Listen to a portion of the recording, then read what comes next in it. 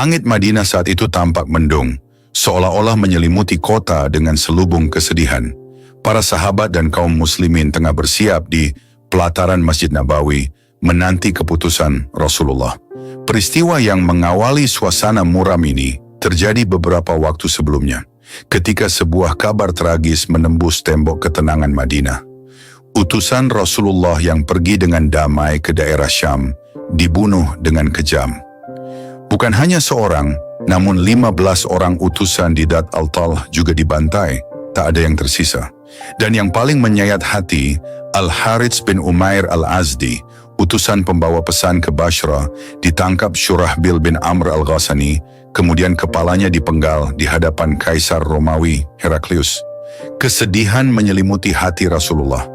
Beliau bukan tipe pemimpin yang mudah terpancing amarah untuk hal-hal pribadi, namun tindakan pembunuhan utusan negara jelas menyalahi aturan politik dunia saat itu.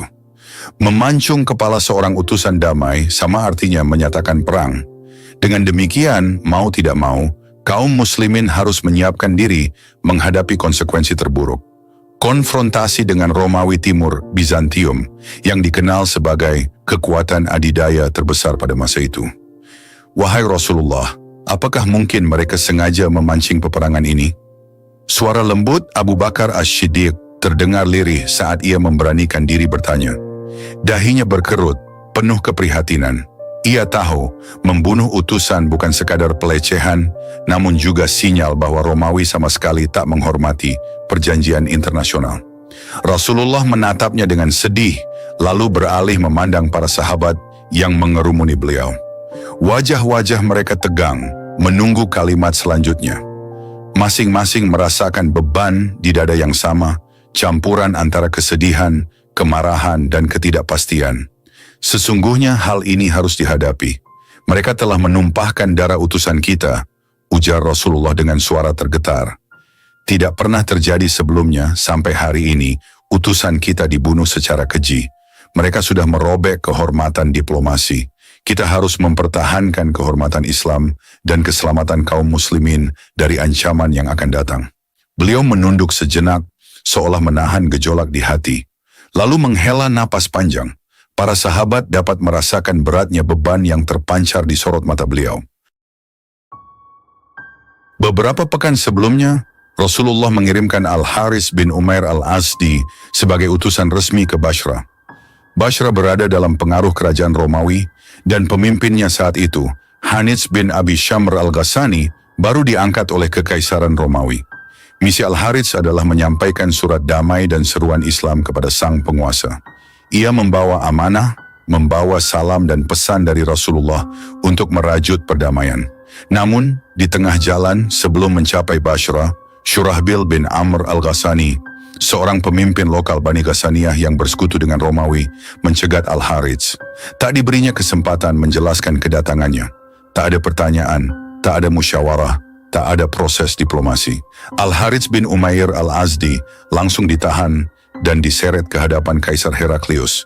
Seolah nyawanya hanya potongan kayu yang tak bernilai, di sanalah, di hadapan Kaisar Romawi, kepalanya dipenggal tanpa ampun. Kabar kelabu ini menghebohkan Madinah. Belum surut keterkejutan umat Islam, 15 orang utusan lain yang dikirim ke Dat al-Tal di sekitar Syam pun dibantai. Kezaliman ini terlalu berat untuk diterima begitu saja. Seluruh Madinah menangis, berduka, dan menahan amarah. Bagaimana tidak? Membunuh seorang utusan dianggap tabu bahkan oleh bangsa-bangsa lain di dunia. Ia adalah perwakilan diplomatik, lambang perdamaian, dan keterbukaan. Tindakan itu jelas menunjukkan arogansi dan tantangan besar kepada kaum muslimin. Mengapa mereka tega berbuat sejauh itu? Tanya Umar bin Al-Khattab, nada suaranya menggema di halaman masjid. Ia tampak berusaha menenangkan gejolak amarah di dadanya, namun matanya memancarkan api semangat. Wahai Rasulullah, kami akan mendengarkan perintahmu. Apapun keputusanmu, kami siap. Rasulullah menatap Umar dengan sorot penuh kepedihan, sekaligus ketegasan. Beliau sangat memahami betapa kerasnya reaksi Umar terhadap ketidakadilan. Namun keputusan besar harus diambil dengan pertimbangan matang. Mereka melanggar aturan universal. Kita tidak punya pilihan lain selain bersiap menegakkan kehormatan Islam. Romawi adalah kekuatan besar, namun kita tidak akan surut. Kita akan menyusun pasukan, jawab beliau akhirnya. Gelombang takbir pun menggema di pelataran masjid. Para sahabat yang mendengar pernyataan Rasulullah itu menyambutnya dengan semangat luar biasa. Walau mereka sadar ancaman yang dihadapi sangat nyata dan berbahaya. Dalam suasana berkabung itu, Rasulullah mengumpulkan beberapa sahabat terdekat. Beliau menegaskan perlunya menjaga kehormatan dan keselamatan umat, karena pembunuhan terhadap utusan dapat diartikan sebagai permulaan dari serangan besar. Apalagi di dekat Syam, tentara Romawi yang termasyhur sebagai militer paling kuat sedang siaga. Mereka memiliki catatan kejayaan militer yang telah lama diakui dunia. Beberapa sahabat menitikkan air mata ketika mendengar sendiri dari lisan mulia Rasulullah bagaimana Al-Harits bin Umair Al-Azdi dipenggal kepalanya. Terbayang dalam benak mereka wajah utusan itu penuh ketulusan pergi menyebarkan pesan Nabi tetapi tak kembali. Betapa sedihnya hati Rasulullah karena Al-Harits dan para utusan lain tak pernah kembali memijakkan kaki di Madinah. Ya Rasulullah, kami tak akan tinggal diam. Kami tidak rela saudara kami dizalimi. Sampaikan kehendakmu, wahai Nabi Allah. Sahut Sa'ad bin Ubadah, suaranya mantap, meskipun air matanya menetes perlahan. Benar ya Rasulullah, sambung seorang sahabat yang lain. Kami semua mencintaimu dan siap memenuhi panggilan jihad di jalan Allah. Rasulullah mengusap mata beliau yang memerah. Kejadian ini amat menyayat hati beliau. Beliau bukan sekadar pemimpin, melainkan juga sahabat dan keluarga bagi para mukminin. Meskipun bersedih, tampak jelas bahwa beliau tak mau larut dalam kesedihan itu. Dengan suara yang lebih mantap, seolah menyalurkan ketegaran kepada kaum muslimin, beliau memutuskan, kita akan mengirim pasukan ke Syam, berjumlah 3.000 orang. Ini adalah pasukan terbesar yang pernah kita miliki setelah perang Ahzab. Bersiaplah kalian. Para sahabat tercengang sejenak. 3.000 orang, angka yang sangat besar bagi komunitas muslim yang belum lama menetap di Madinah. Tentu ini bukan keputusan remeh. Namun mereka menyadari ancaman Romawi bukan ancaman kecil. Dengan jumlah sekian, setidaknya ada harapan untuk menghadapi ratusan ribu pasukan lawan, atau setidak-tidaknya menahan gempuran sampai bantuan tiba. Abu Bakar Asy-Siddiq, Umar bin Khattab, Utsman bin Affan, Ali bin Abi Thalib, dan para sahabat senior lainnya saling menatap. Meski gentar dengan kekuatan militer Romawi, mereka menaruh kepercayaan penuh pada pimpinan Rasulullah. Mereka tahu langkah ini bukan didasari ambisi politik atau perluasan wilayah semata, melainkan upaya mempertahankan kehormatan Islam dan menyampaikan kebenaran. Ya Rasulullah, kata Abu Bakar akhirnya, kami semua akan patuh. Semoga Allah meneguhkan langkah kita dan memberi kemenangan. Pada hari yang ditetapkan, kaum muslimin memenuhi panggilan Rasulullah di pelataran masjid untuk pengumuman penting. Wajah-wajah penuh harap dan tekad memenuhi halaman. Orang-orang yang tidak ikut perang pun turut berdiri. Mereka hendak menyaksikan, mendengar, dan menghantarkan sanak keluarga mereka yang terpilih ke gerbang perjuangan. Pasukan ini, sabda Rasulullah lantang, akan dipimpin oleh Zaid bin Haritsah. Bila ia gugur, komando dipegang oleh Ja'far bin Abu Thalib. Bila gugur pula, panji diambil oleh Abdullah bin Rawahah. Sejenak, suasana menjadi hening. Nama-nama yang disebut adalah para sahabat mulia, pejuang yang terkenal dengan keberanian dan ketakwaannya. Zaid bin Haritsah adalah orang yang sangat dicintai Rasulullah. Ja'far bin Abu Thalib adalah sepupu Rasulullah, dan Abdullah bin Rawahah adalah seorang penyair pemberani yang senantiasa menyemangati kaum muslimin. Penunjukan 3 panglima sekaligus ini bukanlah hal lumrah. Biasanya, Rasulullah menunjuk 1 panglima inti, disertai 1 wakil. Namun kali ini beliau menyiapkan rencana matang untuk menghadapi kemungkinan terburuk. Beliau tahu, ancaman Romawi sangat besar. Kehilangan panglima di tengah pertempuran pun sangat mungkin terjadi. Rasulullah menitikkan air mata saat menyebut nama Abdullah bin Rawahah, membuat orang-orang di sekeliling beliau ikut terharu. Mengapa engkau menangis ya Rasulullah? Bisik Bilal bin Rabah dengan suara lirih, menahan isak. Rasulullah menatapnya. Aku mencintai mereka semua.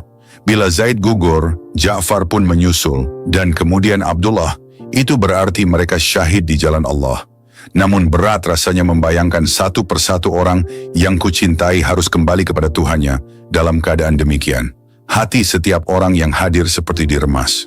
Mereka tahu peperangan adalah jalan penuh risiko, sementara cinta Rasulullah terhadap para sahabatnya begitu dalam. Namun inilah konsekuensi iman dan tanggung jawab dalam mempertahankan kehormatan Islam. Di saat kesiapan pasukan sedang diatur, dari sudut halaman masjid muncullah seorang kesatria yang telah lama dikenal kehebatannya di medan perang.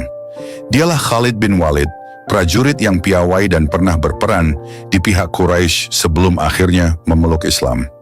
Begitu melihatnya memasuki pelataran masjid, para sahabat menoleh dengan rasa kagum.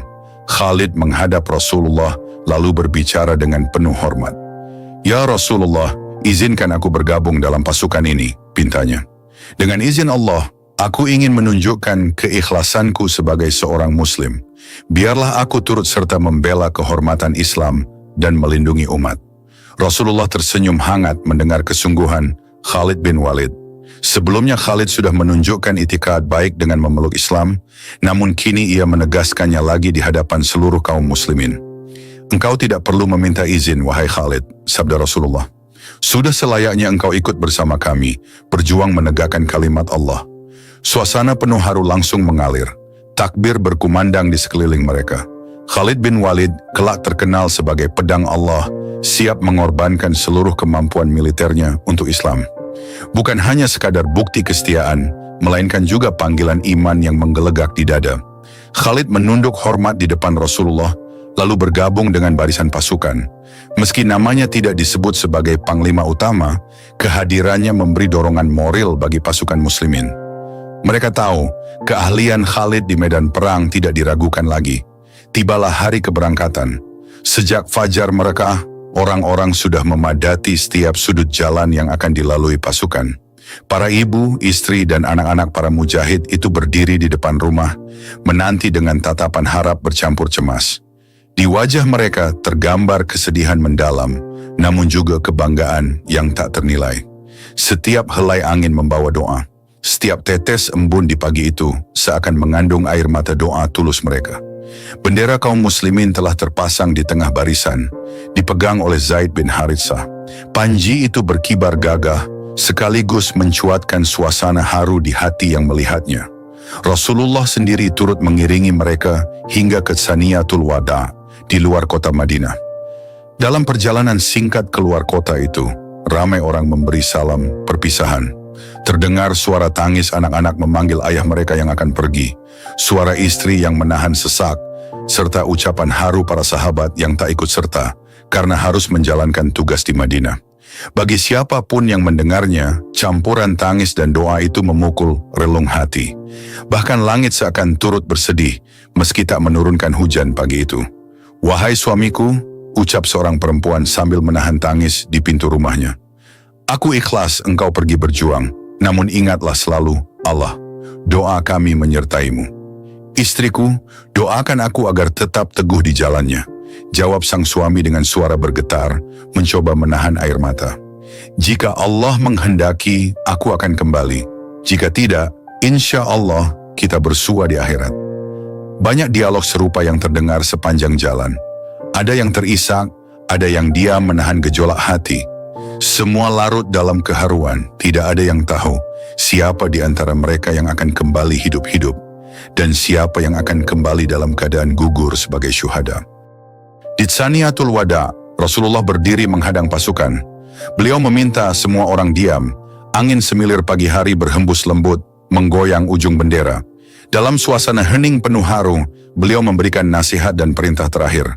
"Dengarlah wahai pasukanku. Jangan membunuh wanita, bayi, orang-orang buta, atau anak-anak. Jangan menghancurkan rumah-rumah, dan jangan menebangi pohon-pohon. Pergilah kalian dengan membawa rahmat, bukan kehancuran," sabda beliau tegas. Para prajurit menunduk, menyimak seksama setiap kalimat. Rasulullah menegaskan prinsip penting dalam Islam. Perang bukanlah ajang menumpahkan darah sembarangan, apalagi menyasar orang-orang lemah yang tak terlibat dalam pertempuran. Islam mengajarkan keadilan dan kasih sayang, bahkan dalam peperangan yang terpaksa ditempuh. Setelahnya Rasulullah menengadahkan tangan, mendoakan mereka agar senantiasa dalam lindungan Allah. Doa ini diamini oleh seluruh kaum muslimin yang mengiringi di belakang. Suasana mendadak khidmat, seolah seluruh alam menunduk bersama mereka. Beberapa sahabat tampak menangis, merasakan betapa dekatnya mereka dengan Allah pada saat-saat genting seperti ini. Allah menyertai dan melindungi kalian, ucap Rasulullah. Suara beliau bergetar karena haru. Semoga kalian kembali dengan selamat. Di antara kerumunan itu, Abdullah bin Rawaha sempat maju beberapa langkah ke depan. Seorang penyair terkenal, ia biasa memberi orasi yang menggugah semangat. Namun kali ini wajahnya sendu. Ia menatap Rasulullah, kemudian berbalik kepada teman-temannya. Suaranya terdengar bergetar. Wahai sahabat-sahabatku, kita berangkat untuk membela agama Allah, menuntut keadilan atas saudara-saudara kita yang dibunuh. Ingatlah, hidup dan mati kita hanya untuk Allah. Andai ini pertemuan kita yang terakhir, sampaikan salam rinduku kepada Rasulullah dan Madinah, tempat kita bernaung selama ini. Mendengar tutur Abdullah bin Rawaha, banyak orang menitikkan air mata. Ia seperti telah merasakan beban berat yang akan mereka hadapi. Namun semangat itu pula yang membuat hati mereka mantap untuk melangkah. Kemudian Zaid bin Haritsah, panglima pertama, juga melangkah maju. Ia mencium tangan Rasulullah, lalu menatap beliau dalam-dalam, seolah menyerap kekuatan dan doa. Ya Rasulullah, biarkan aku memelukmu sebelum aku berangkat, ujarnya dengan suara yang menahan gejolak. Semoga Allah senantiasa menjaga engkau dan keluarga di Madinah. Rasulullah memeluk Zaid erat. Beliau menahan tangis. Keharuan yang teramat sangat menyergap kedua insan mulia itu. Zaid bin Haritsah bagi Rasulullah bukan sekadar sahabat dan pengikut, tapi sudah seperti keluarga sendiri. Pergilah dengan tenang, wahai Zaid, bisik Rasulullah. Allah bersamamu. Tangisan mulai terdengar di sana-sini. Saat Zaid kembali ke barisan, Ja'far bin Abu Thalib yang gagah mendekat untuk mencium kening Rasulullah. Tanda cinta dan hormat. Abdullah bin Rawaha pun melakukan hal yang sama. Tak lama kemudian, satu demi satu sahabat memohon doa dan restu. Setelah berdoa dan berpamitan, pasukan pun mulai berjalan dengan tertib. 3.000 prajurit muslim melangkah meninggalkan Madinah. Derap langkah kaki kuda, suara pedang dan tameng bergesekan, serta sorak takbir pelan mewarnai perjalanan awal mereka. Di sepanjang jalan masih terlihat warga Madinah yang memberi lambaian terakhir. Pergilah kalian, Allahu Akbar. Semoga Allah merahmati kalian. Doa kami selalu bersama kalian. Teriakan perpisahan itu menggema. Banyak mata sembab karena tangis. Perlahan, pasukan bergerak menjauh dari kota yang dicintai tersebut, hingga bayangan kubah Masjid Nabawi tak lagi terlihat. Di kejauhan, bukit dan hamparan padang pasir menanti mereka, membawa ke destinasi yang entah bagaimana akhirnya. Dalam perjalanan, suasana di barisan prajurit beragam. Ada yang tenggelam dalam doa di sepanjang langkah, merapal zikir dan istighfar, memohon kekuatan. Ada pula yang mencoba menghibur diri dan rekan-rekan mereka dengan menceritakan nasihat Rasulullah, agar mereka tetap berpegang pada akhlak mulia, meski dalam perang. Khalid bin Walid, yang berada tidak jauh dari Zaid bin Haritsah, tampak sesekali menatap ke belakang, ke arah Madinah yang makin samar. Sorot matanya menyiratkan kegugupan sekaligus keyakinan. Ia sangat paham akan dahsyatnya kekuatan Romawi. Ia sendiri punya rekam jejak militer mumpuni. Namun kini, ia yakin ada kekuatan lebih besar daripada kekuatan manusia. Kekuatan Allah yang akan menuntun mereka. Apa yang engkau pikirkan, wahai Khalid? Tanya Zaid bin Haritsah tiba-tiba. Khalid menghela napas. Aku memikirkan pasukan Romawi. Kekuatan mereka begitu besar dan terkenal. Namun aku percaya, jika Allah meridhoi kita, tak ada yang tak mungkin. Kita pun pernah melalui perang Ahzab yang begitu mencekam, dan Allah menurunkan pertolongan. Zaid tersenyum sambil menepuk bahu Khalid. Benar, wahai saudaraku, percayalah Rasulullah tidak akan membiarkan kita berangkat jika tak ada jalan kemenangan. Jikapun kita harus gugur, semoga Allah mencatatnya sebagai syahid. Percakapan seperti itu terdengar di mana-mana. Para prajurit menyemangati satu sama lain, saling mengingatkan agar senantiasa meluruskan niat. Perang ini bukan untuk unjuk kekuatan semata, melainkan demi mempertahankan kehormatan Islam yang telah diinjak-injak oleh para pembunuh utusan. Setelah menempuh perjalanan panjang, pasukan kaum muslimin akhirnya sampai di daerah Ma'an, wilayah yang masih masuk bilangan Syam. Di situ mereka berencana untuk mengejutkan penguasa setempat dan mengamankan daerah secepat mungkin, sebagaimana strategi dalam ekspedisi-ekspedisi sebelumnya. Harapannya, kemenangan bisa diperoleh lebih cepat sebelum Romawi mengerahkan bala bantuan besar. Namun setibanya di Ma'an, suasana tampak berbeda dari yang mereka bayangkan. Beberapa penduduk lokal yang melihat kedatangan pasukan muslimin segera menyingkir dengan pandangan penuh kekhawatiran. Dari bisik-bisik yang terdengar, pasukan muslimin mulai memahami bahwa mereka tidak akan menghadapi perlawanan kecil-kecilan. Di kejauhan ada kabar tentang persiapan militer Romawi yang luar biasa, seolah siap membabat habis musuh yang berani mendekat. Angka kekuatan Romawi konon bisa mencapai ratusan ribu prajurit, apalagi dibantu oleh sekutu-sekutu setempat yang setia kepada kaisar. Mendengar bisikan kabar ini, beberapa sahabat terguncang. Wajah mereka memucat sejenak, walau tak sampai kehilangan keberanian. Zaid bin Haritsah segera mengumpulkan pimpinan pasukan, termasuk Ja'far, Abdullah bin Rawahah, dan Khalid bin Walid untuk bermusyawarah. "Bagaimana pendapat kalian?" tanya Zaid. Nada suaranya tegas namun terlihat perasaan gentar di sorot matanya. "Apakah kita menyerang sekarang atau menunggu perkembangan?" Ja'far bin Abu Thalib mengusap janggutnya. "Kita memang semula berencana menyergap tiba-tiba, tapi kabar ini menandakan pasukan Romawi telah siap siaga. Sepertinya tidak akan semudah yang kita duga." "Apakah kita meminta bantuan tambahan dari Madinah?" usul salah seorang sahabat. "Atau kita mundur dahulu?" Belum ada keputusan yang diambil. Hati mereka bimbang. Satu sisi, mundur bukan sifat kaum muslimin yang ingin mempertahankan kehormatan. Di sisi lain, menghadapi kekuatan ribuan atau bahkan ratusan ribu tentara Romawi jelas bukan persoalan mudah, terlebih jumlah mereka hanya 3.000 orang. Dalam kebisuan yang mencekam, tiba-tiba terdengar suara Abdullah bin Rawahah. Ia menyadari kebimbangan itu menekan mental pasukan. "Wahai saudara-saudaraku," ujarnya, suaranya agak serak menahan emosi. "Bukankah kita datang ke sini karena Allah dan Rasul-Nya? Kita tidak mencari dunia, namun ingin membela agama. Apa yang kita takuti? Kematian. Mungkin inilah jalan kita untuk meraih kesyahidan. Jika kita mundur sekarang, bagaimana wajah kita di hadapan Rasulullah dan kaum muslimin di Madinah?" Kata-kata Abdullah bin Rawahah menampar kesadaran mereka. Keberanian semacam ini memang sangat dibutuhkan di saat genting. Ada jeda hening yang panjang sebelum akhirnya Zaid angkat bicara lagi. "Kita tidak akan mundur. Mari kita bermusyawarah lebih lanjut bagaimana menghadapi pasukan Romawi. Allah tidak akan menyia-nyiakan upaya kita. Jika mereka memang mengejar, kita akan berjuang habis-habisan. Jika Allah memberikan kemenangan, maka kita bersyukur. Jika kita gugur, maka kita syahid." Pernyataan itu disambut takbir oleh para pimpinan lain.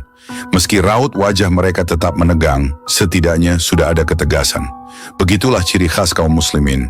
Ketakutan tetap ada dalam hati, karena hal itu manusiawi, tapi diiringi keimanan yang menolak tunduk pada rasa gentar. Mereka meyakini, jika Allah menghendaki, tak ada pasukan sebesar apapun yang mampu menandingi. Malam itu pasukan muslimin berkemah di sekitar Ma'an. Angin gurun berhembus dingin, menusuk tulang.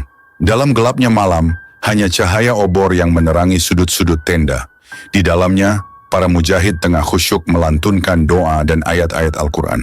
Sementara sebagian lain berjaga, bergantian tidur agar pasukan siap siaga.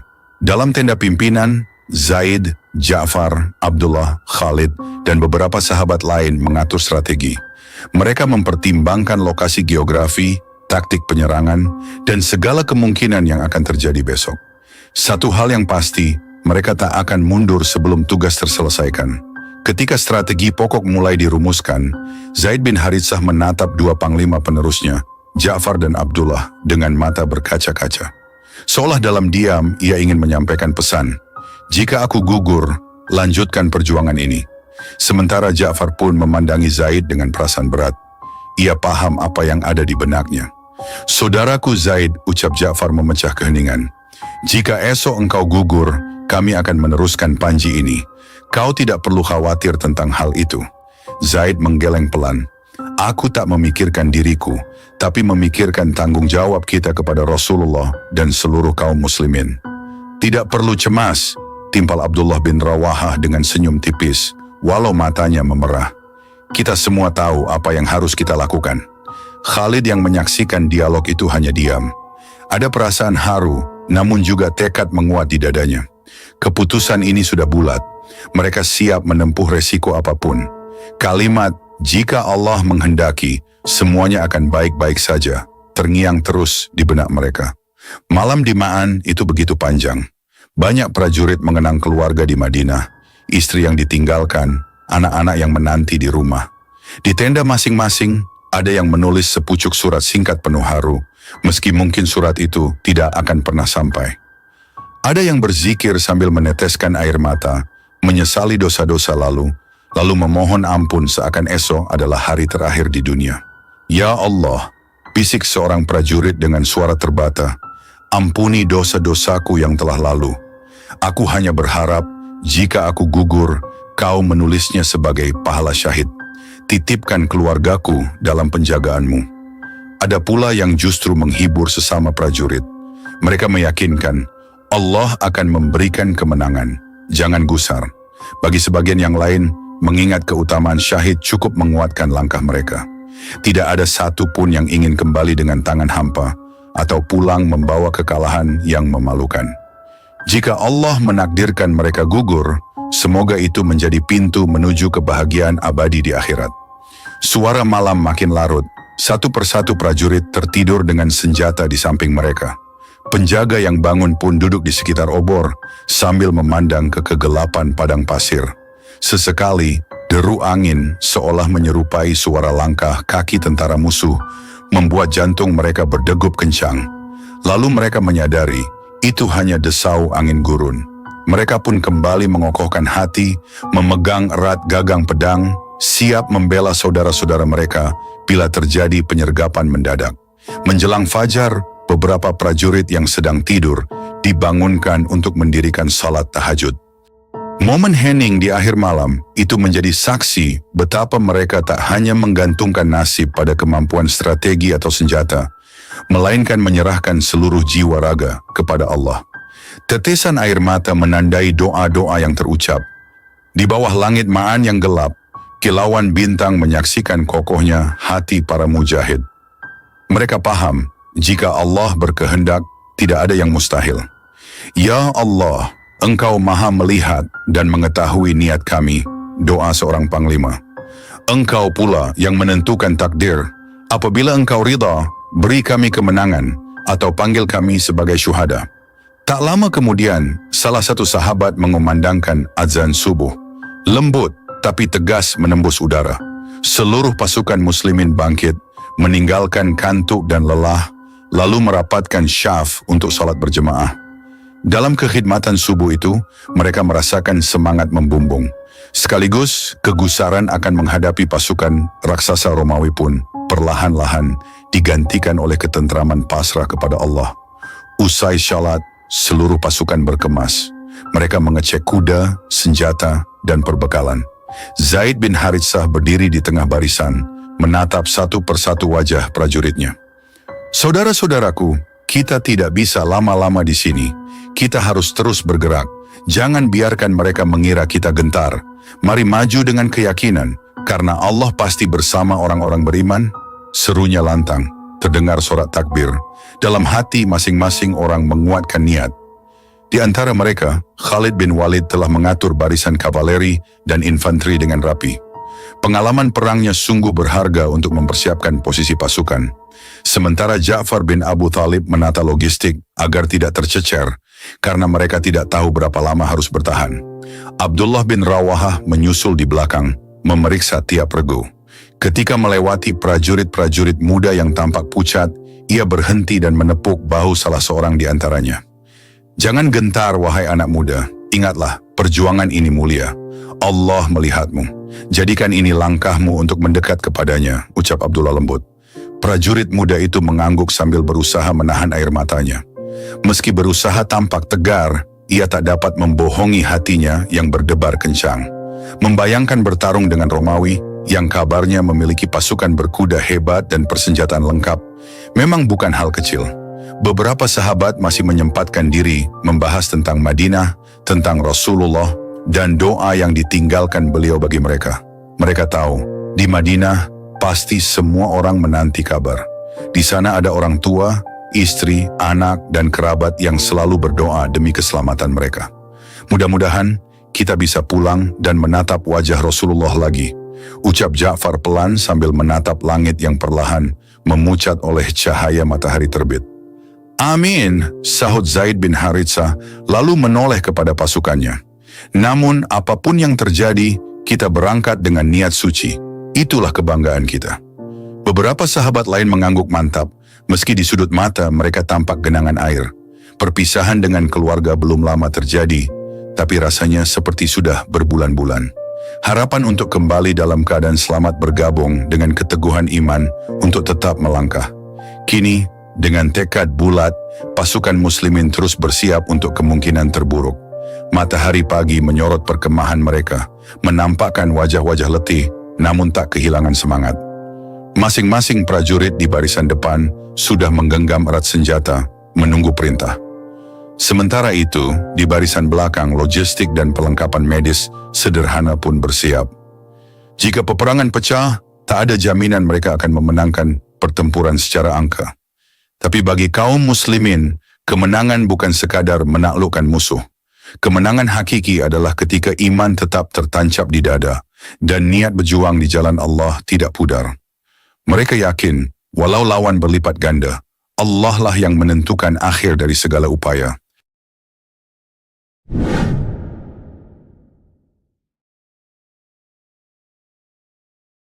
Angin padang pasir bertiup kencang, membawa debu yang berputar dan mengaburkan pandangan di hadapan barisan pasukan muslimin.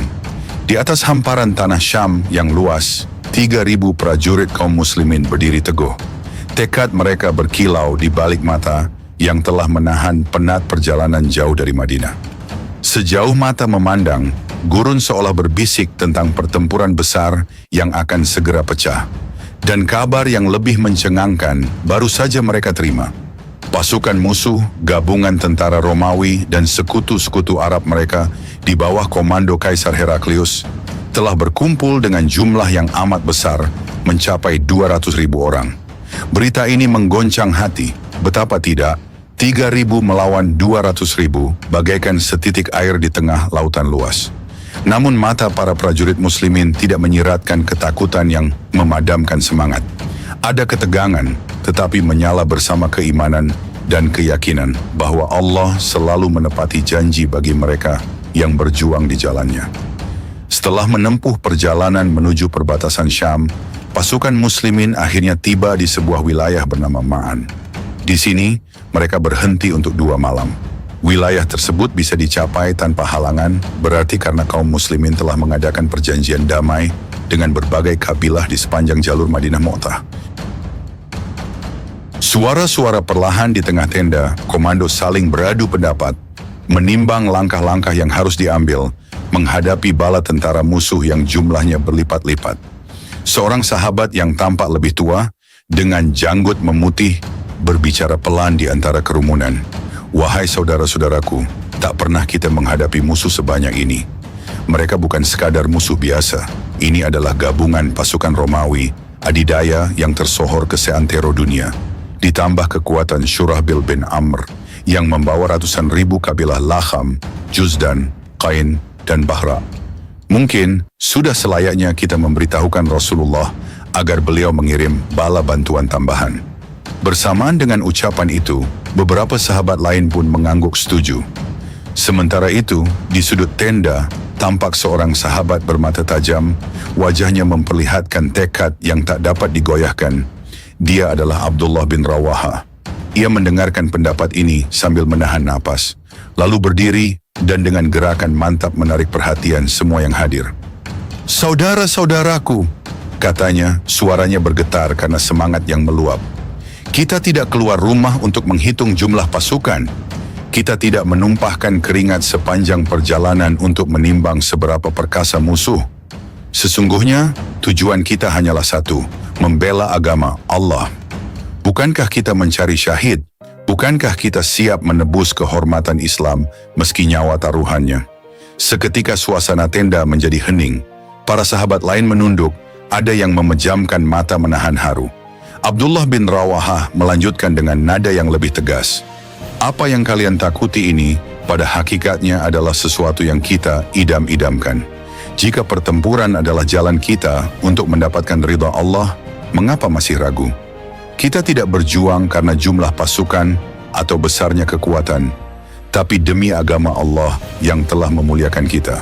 Majulah! Hanya ada dua kebaikan yang menanti kita, kemenangan atau syahid di medan perang. Keberanian dalam tutur kata Abdullah bin Rawahah itu membakar semangat.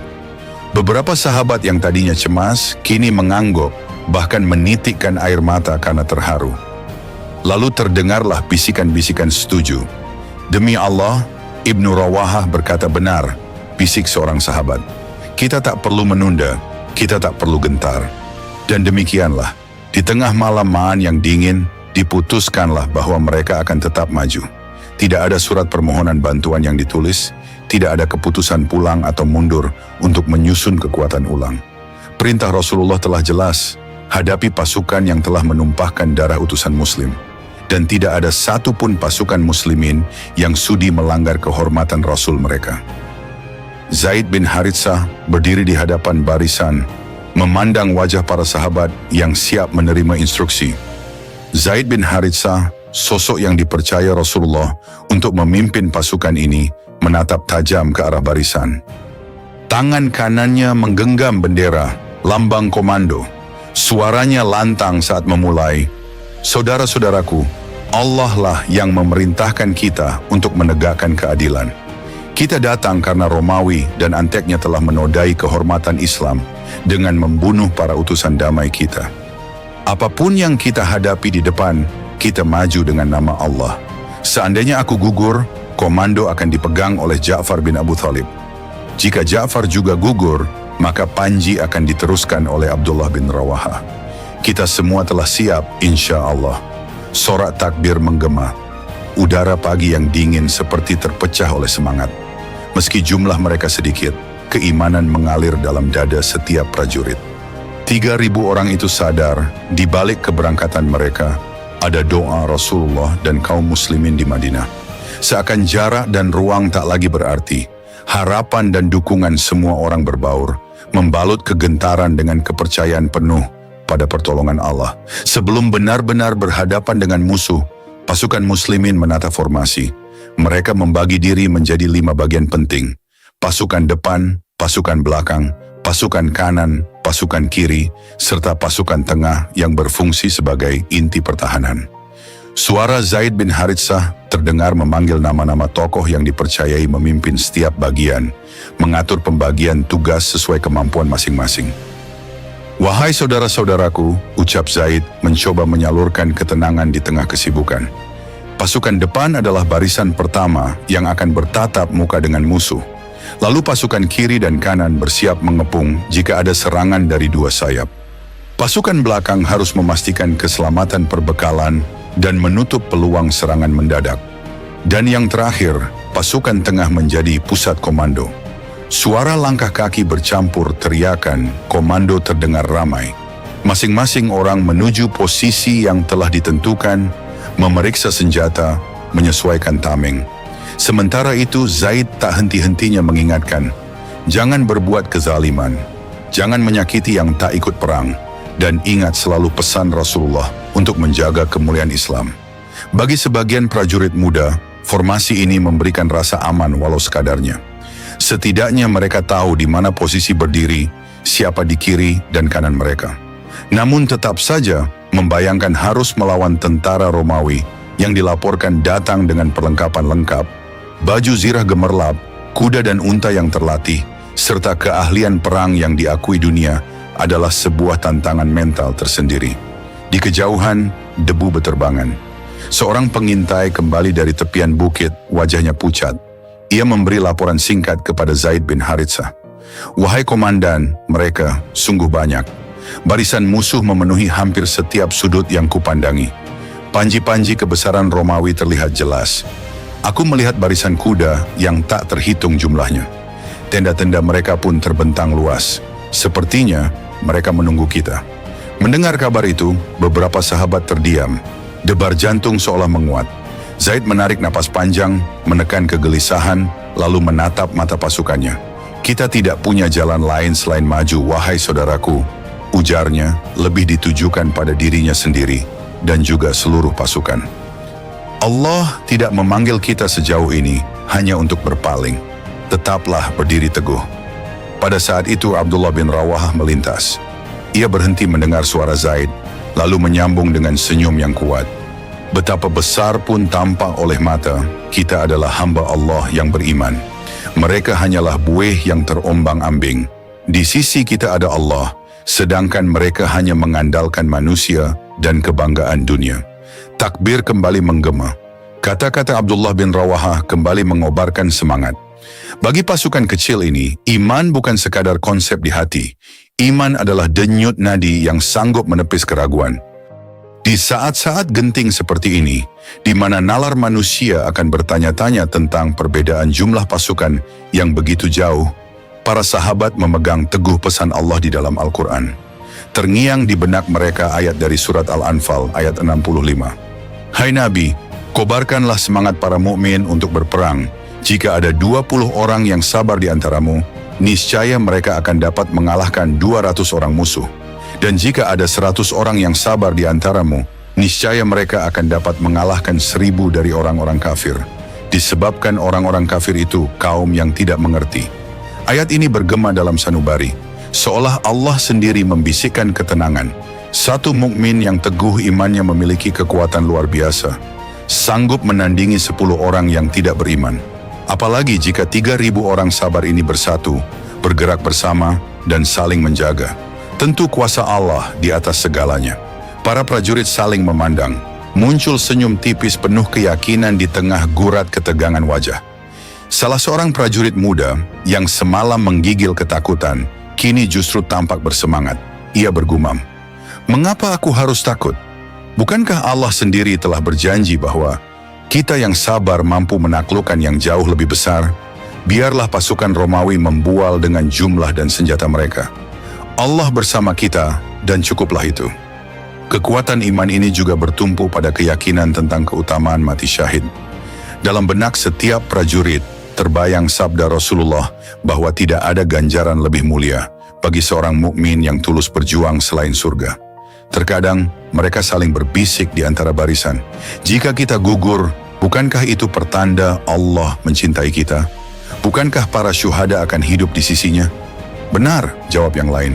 Di surga itu mereka mendapat rezeki, disambut bidadari, dan diampuni segala dosa. Dan begitulah harapan akan surga dan cinta Allah menyingkirkan perasaan was-was terhadap jumlah musuh. Cinta dan rindu pada Allah semakin mengakar, seiring dengan menipisnya kegentaran manusiawi. Di antara kilau baju zirah pasukan Romawi dan sekutu Arab mereka, tampaklah bendera besar yang dikibarkan tinggi. Mereka mengatur barisan menghadap kaum muslimin. Menurut informasi, pemimpin tertinggi musuh adalah Theodor, saudara Kaisar Heraklius. Di balik puncak bukit, terdengar gemuruh kaki kuda, sedangkan barisan infanteri Romawi berjejer rapat dengan tombak terhunus. Para sahabat memandang sekilas, lalu meneguk ludah. Tak terelakkan, perasaan gentar merambat ke penjuru barisan. Namun demikian, mereka tak menggoyahkan kaki. Abdullah bin Rawahah yang berada di dekat Zaid bin Haritsah sempat menatap langit seolah memohon pertolongan. "Ya Rabb," bisiknya, "kami di sini demi menegakkan agamamu. Andai engkau izinkan, berilah kami kemenangan yang nyata. Andai ini waktuku untuk kembali, terimalah aku dalam keadaan syahid." Dan barisan muslimin pun maju perlahan. Suara hentakan kaki kuda dan langkah tegap para pejuang berpadu dengan desir angin gurun. Sebagian besar dari mereka masih merapal zikir dan doa, mencoba memperkuat batin. Sesekali pandangan mereka tertumbuk pada gempita barisan lawan. Ada prajurit Romawi yang menabuh jenderang, membuat suasana semakin mencekam. Namun di dada kaum muslimin, jenderang iman tak kalah nyaring. Ketika jarak sudah cukup dekat, beberapa sahabat mulai berseru takbir dengan suara lantang. Allahu Akbar! Allahu Akbar! Suara itu menembus udara, menyapu debu padang pasir. Bagi pasukan Romawi dan sekutunya, mungkin ini hanya suara teriakan nekat kaum yang kalah jumlah. Tapi bagi para sahabat, inilah panggilan keagungan yang memupus segala ketakutan. Sebab mereka berperang bukan demi kepentingan duniawi, melainkan demi menegakkan kalimat Allah. Maju! Jangan gentar! Suara komandan Muslim menggema.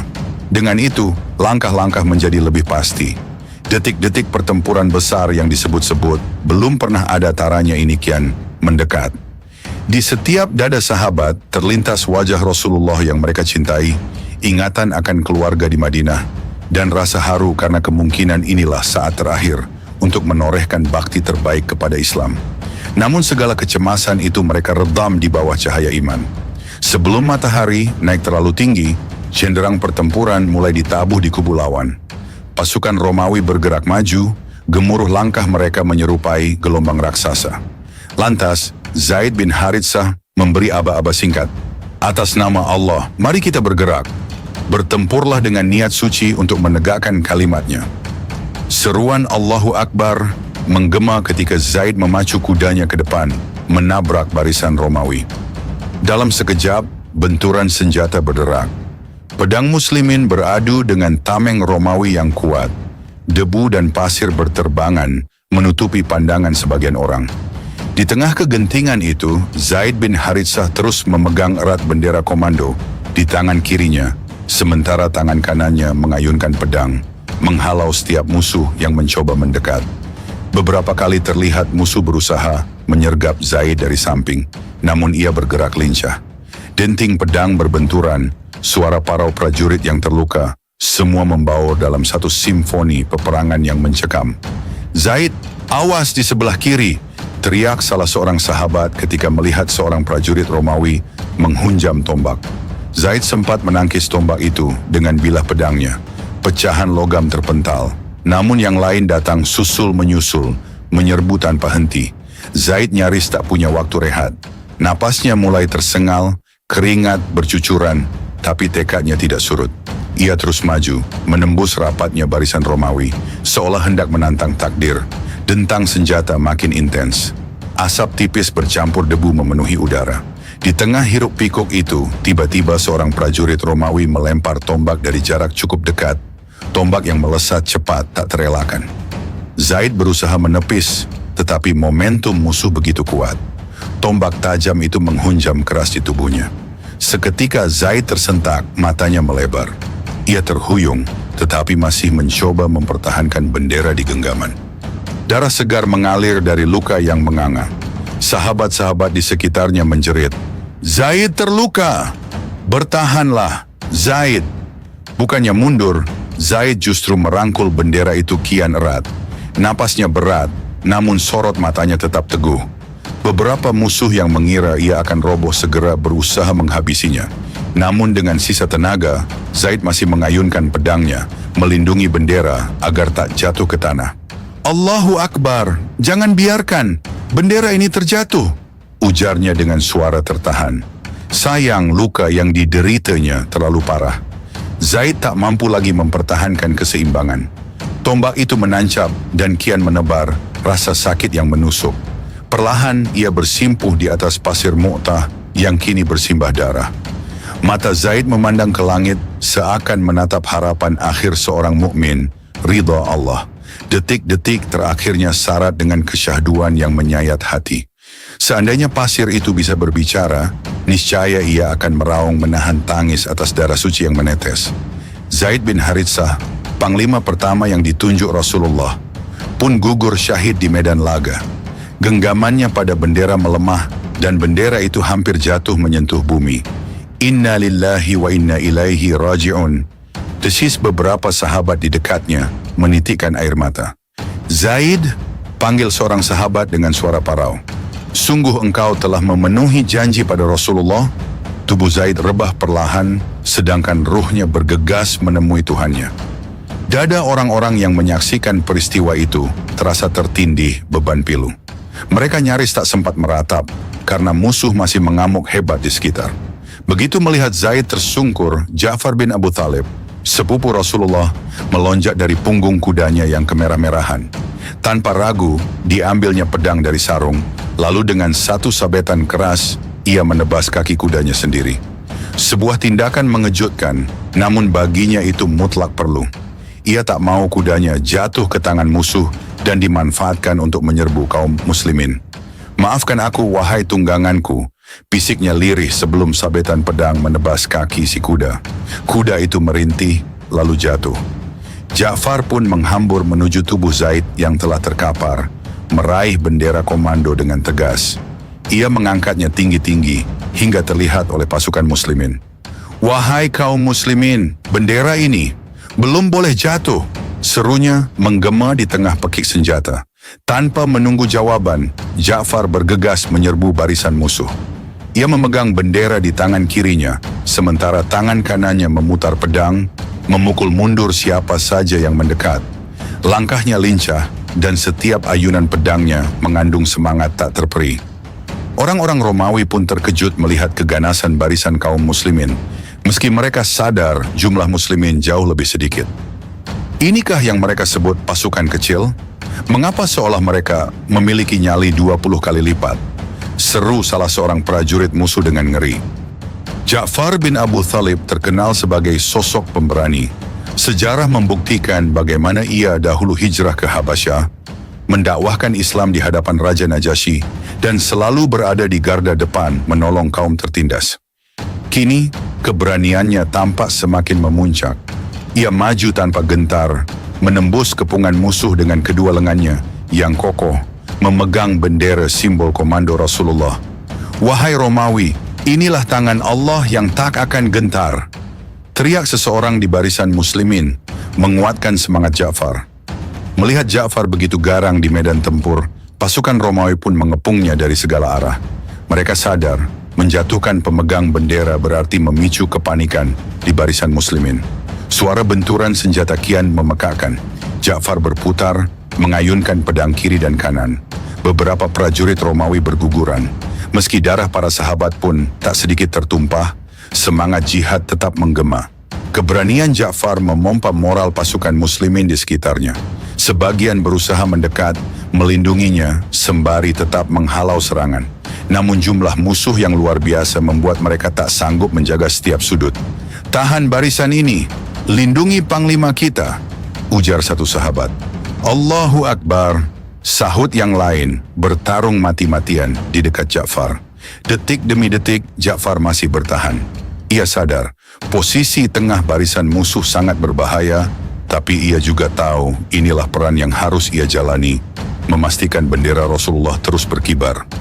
Dalam kekacauan yang memuncak, seorang prajurit Romawi yang berperawakan besar menerjang ke arah Ja'far. Ia mengangkat pedang panjangnya, mengincar lengan Ja'far yang memegang bendera. Sadar akan bahaya itu, Ja'far berusaha menghindar sambil terus memutar pedangnya. Namun, kuda-kuda musuh lain memblokir ruang geraknya. Dalam sekejap, sabetan pedang tajam musuh menghantam lengan kanannya. "Ah!" Pekik Ja'far menahan nyeri luar biasa. Tangan kanannya terpotong, darah memercik membasahi pasir. Beberapa sahabat berteriak melihat pemandangan mengerikan ini. Akan tetapi, Ja'far tidak membiarkan bendera jatuh. Dengan segera ia menggigit ujung bendera, sementara tangan kirinya meraihnya. Ia tetap ingin mempertahankan komando. "Allahu Akbar!" pekik Ja'far dengan napas tersengal. "Bendera ini tidak boleh jatuh." Air mata sebagian sahabat nyaris menetes, namun mereka menahan diri. Dalam perang sehebat ini, tak ada waktu untuk meratap panjang. Tubuh Ja'far terhuyung, namun matanya masih menyalang menatap musuh yang mengepung. Bagi pasukan Romawi, bendera itu seperti simbol keberanian yang mereka benci. Melihat Ja'far masih gigih menggenggam bendera dengan tangan kirinya, beberapa prajurit Romawi kembali merangsek, menyerbu serentak, mengayunkan pedang dan tombak dari segala arah. Ja'far berusaha mundur sedikit, mencoba menangkis. Namun di tengah upayanya, sebuah tebasan pedang menghantam pula lengan kirinya. "Ja'far, awas!" teriak rekan di dekatnya. Terlambat, sabetan itu sudah mengenai sasarannya. Lengan kiri Ja'far juga putus. Pada detik itu, darah segar mengucur dari kedua lengannya yang terpenggal. Bendera sempat terlepas dan nyaris menyentuh bumi, seakan menjerit karena tak lagi memiliki tangan untuk menggenggamnya. Pemandangan itu amat menyesakkan dada. Sejumlah sahabat di sekitarnya gemetar melihat tubuh Ja'far bersimbah darah. Tapi Ja'far, dalam kondisi tak lagi punya dua lengan, masih berusaha memeluk bendera dengan sisa lengan atasnya. Ia merapatkan bendera ke dadanya, seolah mendekapnya dengan sekuat tenaga yang tersisa. "Ya Allah," gumam seorang sahabat, setengah terguncang, menyaksikan keteguhan tiada tara. Mata Ja'far berkaca-kaca, bukan karena takut, melainkan karena rasa cinta yang meluap pada agama Allah. Ia tak sudi melepaskan bendera itu ke tangan musuh, bahkan setelah kedua tangannya tak ada. Kepungan musuh kian ketat. Tubuh Ja'far sudah sedemikian lemah, nyaris tersudut. Tiba-tiba prajurit Romawi lain menghunjamkan tombak ke perutnya, sementara yang lain menebas sisi tubuhnya. Seolah tak ada ampun, mereka mengeroyok Ja'far demi menjatuhkan bendera yang dipeluknya. Dalam sekejap, puluhan luka menghiasi tubuh mulia itu. Seorang sahabat Ibnu Umar radhiyallahu anhu yang kelak meriwayatkan peristiwa ini, menuturkan bahwa di jasad Ja'far ditemukan tak kurang dari 90 luka akibat tebasan pedang dan tusukan panah, semuanya di bagian depan tubuhnya. Ia menghadapi musuh tanpa pernah membelakangi mereka. Di tengah hujan senjata itu, Ja'far akhirnya terhempas. Tubuhnya jatuh ke atas pasir Mu'tah yang telah dibasahi darah sahabat-sahabatnya. Meski begitu, masih terlihat cengkeraman terakhir pada bendera, seolah menolak melepaskannya hingga napas terakhir. Pada saat itu, seorang musuh pun menebas dari atas, membelah tubuh Ja'far menjadi dua bagian. "Inna lillahi wa inna ilaihi raji'un." "Ja'far, engkau telah menuntaskan amanahmu." Lirih seorang sahabat di dekatnya, suaranya tercekat. Tangis terpendam menyesak di dada. Kaum muslimin yang menyaksikan langsung pemandangan itu tidak dapat menolong banyak, karena gempuran musuh begitu dahsyat. Namun, di balik tragedi tersebut, sinar keteguhan Ja'far memancar, seolah malaikat sendiri yang menyaksikannya. Ia telah menyempurnakan tanda kesetiaan, mempersembahkan tubuh dan nyawanya kepada Allah. Ketika Ja'far gugur, bendera komando kembali berpotensi jatuh ke tanah. Dalam keadaan genting itu, Abdullah bin Rawaha segera maju. Dialah panglima ketiga sesuai perintah Rasulullah. Namun ada momen singkat, sebuah detik sunyi di tengah hiruk pikuk yang seolah menggetarkan batin Abdullah. Ia menatap lautan pasukan Romawi, melihat betapa mencekam situasi itu. Hatinya sempat gentar. "Aku ini panglima. Bagaimana nasib 3.000 pasukan ini jika aku tewas? Bagaimana kalau musuh benar-benar menghancurkan kita? Apakah aku akan menyia-nyiakan nyawa mereka?" Pertanyaan itu menari di benaknya, membelah keberanian yang telah lama ia pupuk. Abdullah bin Rawaha sadar betul, memimpin orang lain tak semudah menjadi prajurit biasa. Saat dahulu ia bertempur sebagai mujahid biasa, ia tak ragu menerobos barisan lawan. Namun kini, tanggung jawab ribuan nyawa berada di tangannya. "Wahai Abdullah, janganlah ragu," teriak salah seorang sahabat di tengah keriuhan.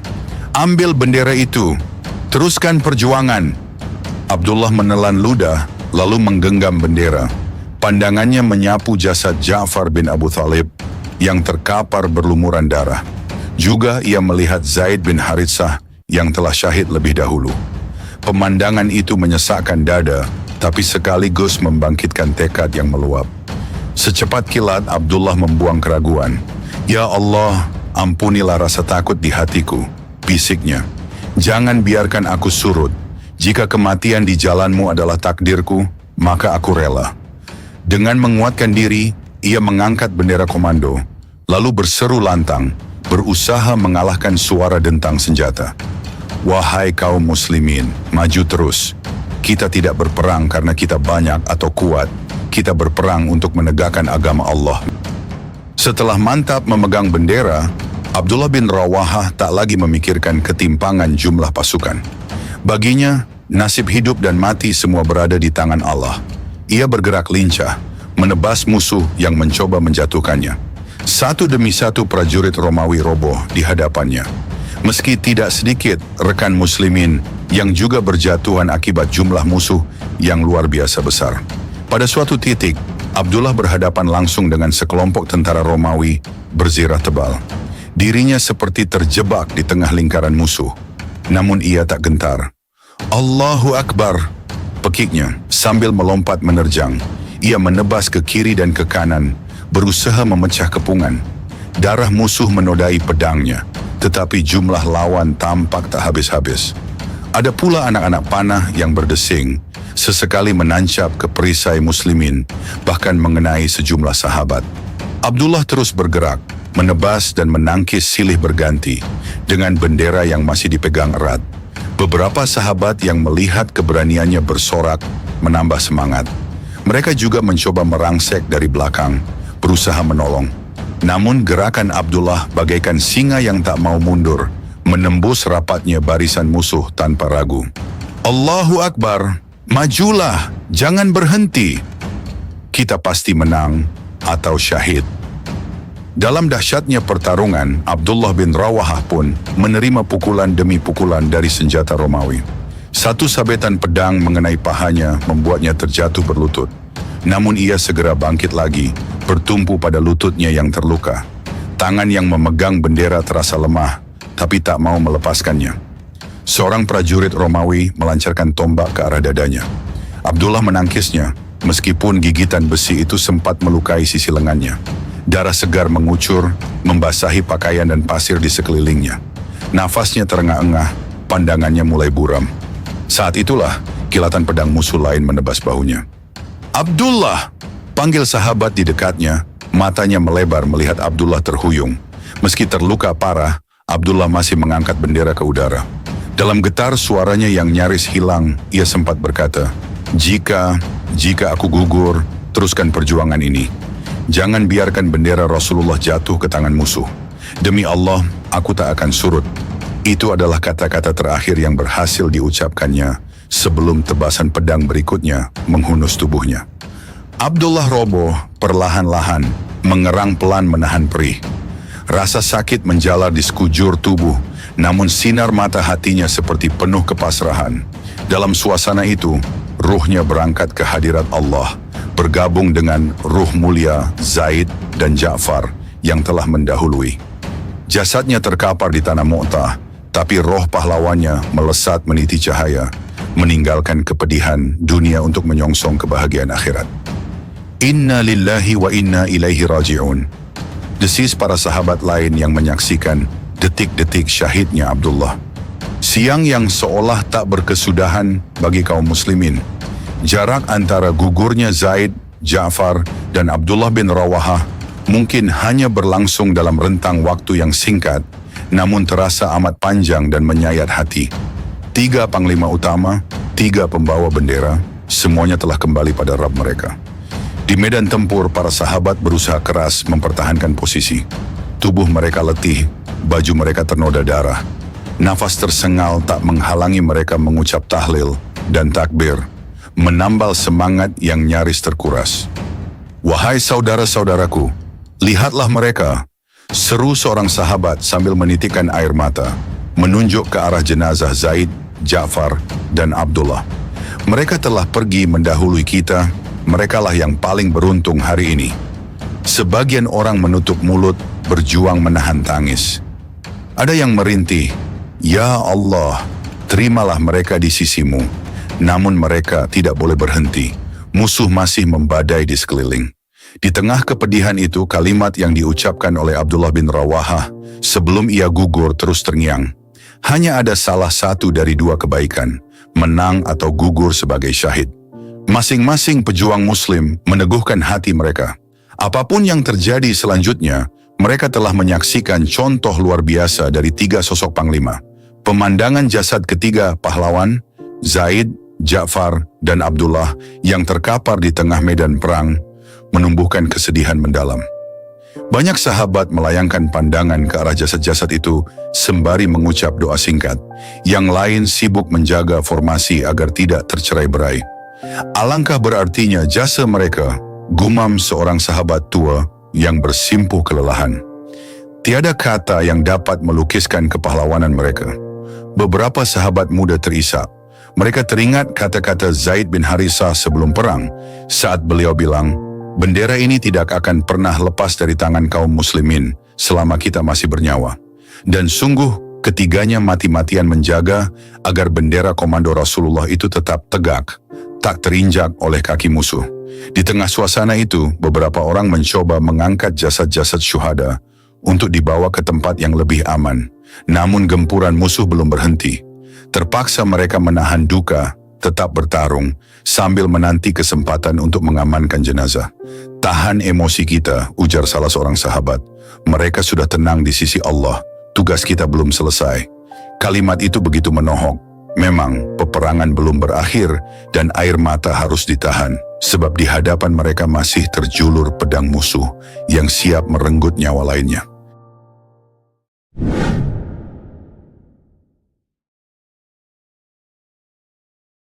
Langit Madinah pagi itu tampak cerah. Matahari merangkak naik perlahan, menebar kehangatan. Di pelataran Masjid Nabawi, Rasulullah Shallallahu Alaihi Wasallam duduk bersama para sahabat, berbincang dalam suasana tentram. Hati mereka sebenarnya sedang dirundung kecemasan. Ada pasukan muslimin yang beberapa waktu lalu berangkat ke Mu'tah di Balqa, wilayah Syam. Kabar tentang pertempuran dengan pasukan Romawi yang besar telah tersiar, namun detailnya belum ada yang mengetahui secara pasti. Semua menanti dengan debar jantung berdegup, mendoakan keselamatan saudara-saudaranya di medan jihad. Namun di luar dugaan, ketika percakapan sedang mengalir perlahan, wajah Rasulullah mendadak berubah. Beliau terdiam sejenak, menundukkan kepala. Kedua mata beliau tampak berkaca-kaca. Para sahabat di sekelilingnya ikut terdiam, seolah merasakan aura kesedihan yang tiba-tiba menyelimuti. Tak ada suara sedikit pun. Angin pagi berembus pelan, seakan turut menjaga keheningan. "Ada apa, wahai Rasulullah?" bisik Abu Bakar dengan sorot mata penuh kekhawatiran. Rasulullah tidak langsung menjawab. Beliau mengangkat wajahnya perlahan, tampak menahan air mata yang akan tumpah. Beliau mengedipkan mata, seakan berusaha menahan duka di dada. Setelah beberapa detik yang terasa begitu panjang, Rasulullah mengembuskan napas, lalu menatap para sahabat yang menantikan penjelasan.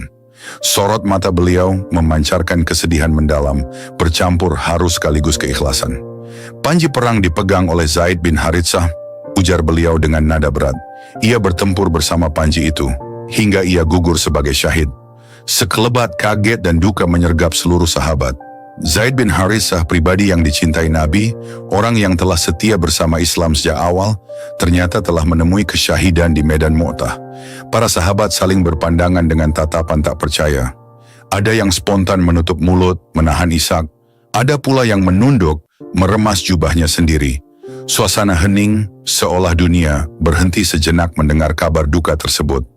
Rasulullah lalu melanjutkan, meski air mata menetes membasahi pipi beliau. Kemudian panji itu diambil alih oleh Ja'far bin Abu Thalib. Dia pun bertempur dengan gagah berani, sampai akhirnya ia syahid pula. Mendengar kabar kedua ini, tangis yang sempat tertahan di mata para sahabat pelan-pelan pecah. Beberapa orang menunduk dalam, beristighfar, sambil berbisik lirih, "Inna lillahi wa inna ilaihi raji'un." Ja'far bin Abu Thalib adalah sepupu Rasulullah. Tokoh yang dikenal teguh pendiriannya, pernah berhijrah ke Habasyah, dan selalu berdiri di barisan terdepan pembela kebenaran. Para sahabat seakan bisa membayangkan bagaimana Ja'far dengan keberanian menakjubkan, namun kini beliau telah gugur. Rasulullah diam sejenak, memberi ruang bagi sahabat untuk menelan kenyataan pahit ini. Lalu beliau mengusap air mata di sudut pelupuk, memandang ke arah langit, seolah mengirim doa dan salam perpisahan kepada dua syuhada mulia tersebut. Setelah jeda yang terasa menyesakkan, beliau berkata lagi, "Kemudian panji itu dipegang oleh Abdullah bin Rawahah, dan ia bertempur pula bersama panji itu, hingga akhirnya dia pun syahid." Kini suasana benar-benar pecah. Para sahabat tak mampu lagi menahan derasnya air mata. 3 panglima utama, Zaid bin Haritsah, Ja'far bin Abu Thalib, dan Abdullah bin Rawaha, ternyata semua gugur di medan Mu'tah. Duka menyelimuti hati orang-orang yang mendengarnya. Tangis sedih, tangis kehilangan terdengar di antara mereka. Sosok-sosok pahlawan terbaik ini baru saja dinyatakan sebagai syuhada. Padahal belum lama mereka berpamitan dengan semangat. Seakan-akan nafas kegigihan masih terngiang di telinga. Namun takdir Allah telah memanggil ketiganya. Beberapa sahabat menutupi wajah dengan kedua telapak tangan, menumpahkan tangisan di sela jari-jarinya. Yang lain menahan isak di dada sambil menggeleng pelan, tak ingin memprotes kehendak ilahi. Memang berat, betapapun rasa kehilangan itu terlalu dalam. Persahabatan dan kebersamaan mereka selama ini tak tergantikan. Namun di sisi lain, semua juga percaya bahwa kematian di medan jihad adalah kemuliaan tertinggi. "Wahai Rasulullah," tanya Umar bin Khattab dengan suara parau, menahan gejolak di dada. "Mereka pergi dalam keadaan bagaimana?" Rasulullah Shallallahu Alaihi Wasallam mengangkat sorot matanya, menatap para sahabat yang menanti. Dalam haru beliau menjelaskan, "Mereka bertiga diangkat ke tempatku di surga." Tangis para sahabat berganti dengan tasbih dan tahmid. Meskipun mata mereka basah, hati mereka lega bahwa saudara-saudara terbaik itu telah sampai di tempat paling mulia di sisi Allah. Dan khusus bagi Ja'far bin Abu Thalib, Rasulullah mengatakan bahwa ia dijuluki Ats-Tsayyar atau Dzul-Janahain, pemilik 2 sayap. Sebab di surga Allah menganugerahinya 2 sayap yang dapat membawanya terbang kemana saja ia mau. Subhanallah, gumam Bilal bin Rabah menitikkan air mata. Betapa agung karunia Allah bagi Ja'far. Sungguh, ini adalah kabar gembira di balik duka kita. Timpal sahabat lain menahan isak. Mereka saling menenangkan satu sama lain, meski isak tangis kadang masih menyelingi. Gambaran 3 panglima yang gugur berkelebat di benak masing-masing. Kenangan tentang mereka kembali diingat. Kehangatan Zaid, kegigihan Ja'far, dan keberanian Abdullah bin Rawaha yang senantiasa membangkitkan semangat pasukan. Di tengah situasi Madinah yang dirundung duka, Rasulullah memutuskan pergi ke rumah Ja'far bin Abu Thalib. Beliau tahu keluarga Ja'far pasti sedang menanti kabar. Dan kabar ini tak bisa disampaikan oleh orang lain. Hanya Rasulullah lah yang pantas mengungkapkannya dengan kelembutan dan kebijaksanaan. Maka beliau pun melangkahkan kaki ke kediaman Ja'far. Beberapa sahabat ikut mendampingi, namun tidak ada kata-kata. Semua merasa berat membayangkan bagaimana tanggapan istri Ja'far nanti, yakni Asma, ketika mendengar suaminya telah gugur. Setibanya di depan rumah, terlihat kesibukan yang biasa, seolah tidak ada yang menyadari tragedi besar yang baru menimpa kaum muslimin. Asma tengah menyelesaikan pekerjaan rumah tangga. Ia mencampur adonan roti di sebuah wadah kayu, sambil memandangi anak-anaknya yang riang. Raut wajah Asma memancarkan kehangatan, seorang ibu yang tak sabar menunggu kepulangan suami yang sedang berjuang di medan perang. Di benaknya, mungkin Ja'far akan kembali dengan membawa kabar kemenangan, sama seperti misi-misi sebelumnya. Begitu mendengar salam Rasulullah, Asma segera menoleh. Ia terkesiap melihat ekspresi sendu di wajah Nabi. Lalu Asma menatap satu persatu sahabat yang datang bersama beliau. Tak ada senyum, tak ada sapaan ceria yang biasa. Raut mereka duka seakan membawa berita berat. "Assalamualaikum," sapa Rasulullah lembut. "Waalaikumsalam ya Rasulullah," jawab Asma mencoba menahan getar suara. Melihat roman wajah Rasulullah yang diselimuti kesedihan, hati Asma mencelos. Sebuah firasat pahit melintas, namun dia menahannya. Ia terlalu takut untuk menanyakan kabar Ja'far. Tubuhnya sempat bergetar, tapi ia berusaha tetap tegar di hadapan Nabi. Rasulullah kemudian bertanya tentang anak-anak Ja'far. Mendengar panggilan itu, Asma segera memanggil buah hatinya. Dengan wajah polos, mereka berlari menghampiri Rasulullah, senang melihat sosok yang mereka cintai. Ada senyum kecil di wajah anak-anak itu. Mereka berlomba meraih tangan beliau untuk bersalaman. Rasulullah membalas dengan senyum lembut, tapi air mata menetes tanpa bisa dicegah saat menatap wajah-wajah lugu mereka. "Mengapa engkau menangis ya Rasulullah?" tanya Asma, nada suaranya gemetar. Apa yang terjadi dengan Ja'far dan kedua sahabatnya? Asma yang semula menahan diri, kini tak sanggup lagi. Ia tahu betul bahwa tangisan Nabi pasti menandakan sesuatu yang sangat menyedihkan. Seketika, dadanya bergemuruh. Rasulullah menghela napas, memandang anak-anak Ja'far dengan tatapan lembut, lalu mengusap puncak kepala mereka. Beliau kemudian menjawab dengan suara parau, menandakan kesedihan luar biasa. Ya, mereka telah syahid hari ini. Sontak, Asma seperti kehilangan kesadaran sejenak. Senyumnya pudar, wajahnya memucat, sementara tangannya melemah, hingga adonan roti yang sempat dipegangnya hampir terjatuh. Sadar atau tidak, air matanya berderai begitu saja, membasahi pipi. Tangisnya pecah di hadapan Rasulullah. Anak-anak Ja'far yang semula ceria langsung termangu. Mereka berhenti bergerak, berdiri kebingungan. Raut polos mereka memancarkan pertanyaan tak terucap.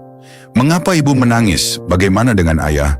Mereka seolah diam membisu seperti burung-burung yang terpaku di dahan, takut membuat gerakan apapun. Inna lillahi wa inna ilaihi raji'un, ucap Asma di sela isaknya. Ja'far, suamiku. Rasulullah juga meneteskan air mata lagi. Beliau tak sanggup menahan haru melihat kesedihan Asma dan ketiga anak kecil yang baru saja kehilangan ayah. Beliau menyeka air mata sambil memeluk anak-anak tersebut.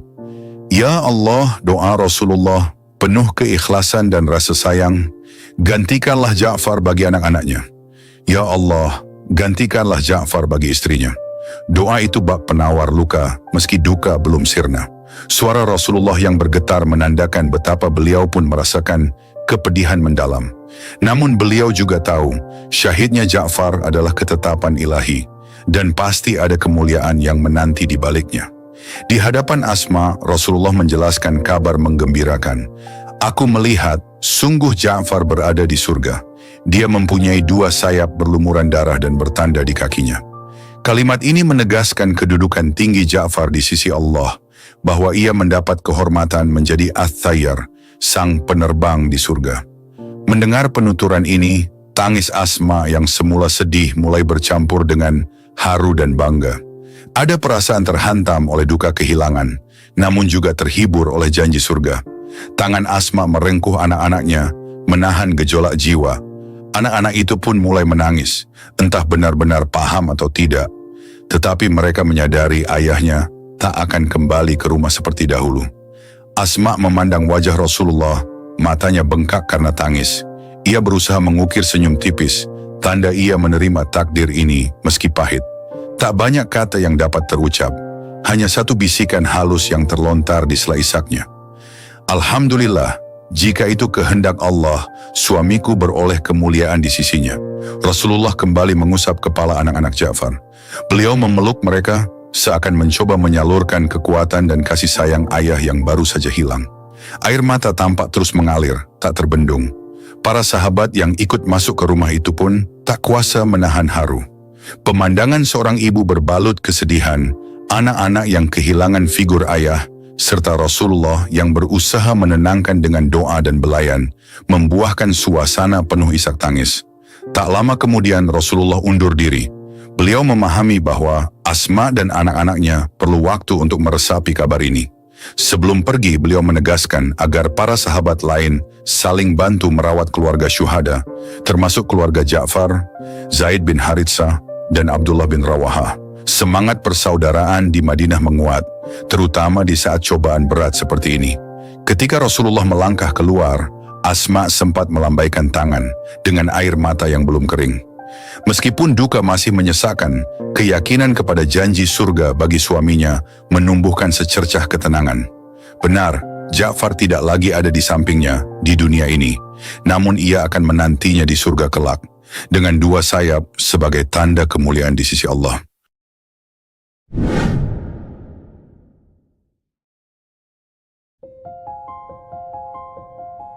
Matahari mulai condong ke barat, menyinari hamparan pasir di Mu'tah yang telah dibasahi darah para syuhada.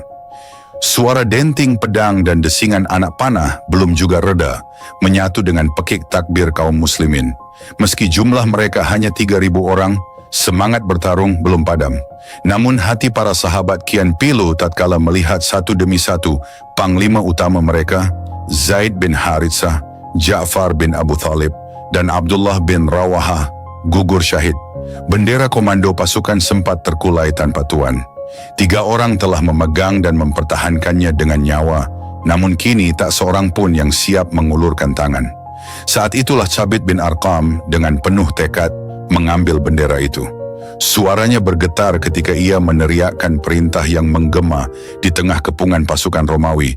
"Wahai saudara-saudaraku, kita tak boleh membiarkan bendera Rasulullah ini jatuh. Tentukanlah panglima baru agar pasukan kita memiliki pemimpin. Siapa yang pantas memegangnya?" Mata para sahabat saling pandang, ragu dan gamang. Mereka baru saja kehilangan 3 panglima sekaligus. Siapa yang berani maju? Di sisi lain, pasukan musuh tak menampakkan tanda-tanda mundur. Ada 100.000 tentara Romawi plus 100.000 pasukan Nasrani Arab yang bersekutu. Suatu jumlah yang tak terbayangkan. Suasana teramat menegangkan. Kemudian pandangan mereka akhirnya tertuju pada Khalid bin Walid, mantan Jenderal Quraisy, yang kini telah memeluk Islam dan bergabung dengan pasukan. "Khalid," panggil Thabit bin Arqam lantang. "Engkaulah yang paling cakap menyusun strategi. Terimalah bendera ini, pimpin kami." "Wahai pedang Allah." Khalid menunduk, menatap bendera itu dengan hati bergetar. Belum lama ia masuk Islam, namun amanah besar kini berada di pundaknya. Langit Mu'tah seakan menjadi saksi kesiapan Khalid untuk memikul tanggung jawab ini. Ia mengembuskan napas dalam, lalu menerima bendera. "Bismillah," ucapnya dengan suara setengah bergetar namun tegas. "Kita tidak boleh gentar meski musuh berlipat ganda. Dengan izin Allah, akan kutempuh segala siasat agar kita mampu bertahan." Sejak awal, para sahabat telah merasakan getaran kekuatan lawan. Pasukan Romawi dipersenjatai dengan perlengkapan lengkap, zirah tebal, kuda terlatih, dan barisan yang tersusun rapi. Adapun kaum muslimin, meski semangat membara, tetaplah secara jumlah dan peralatan amat terbatas. Menyaksikan ketimpangan ini, Khalid bin Walid menyadari bahwa konfrontasi terbuka tanpa strategi hanya akan mengundang kehancuran. "Kita tak akan bisa mengalahkan mereka sekadar dengan nekat menyerbu," bisik Khalid pada Thabit bin Arqam. "Tapi kita juga tidak sudi mundur begitu saja tanpa hasil." Thabit mengangguk. "Apa rencanamu?"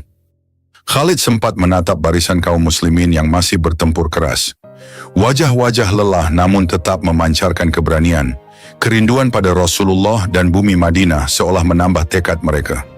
Khalid mengusap keringat di kening lalu menjawab, "Aku akan mengatur formasi baru. Setiap hari kita ubah susunan pasukan agar musuh mengira ada bala bantuan datang. Kita juga akan bermain dengan waktu siang dan malam, supaya mereka mengira jumlah kita makin bertambah." Mendengar itu, Thabit bin Arqam mengangguk mantap. Ia sadar, kejeniusan Khalid dalam taktik perang adalah anugerah Allah. Di medan lain, Khalid telah menunjukkan ketangguhannya.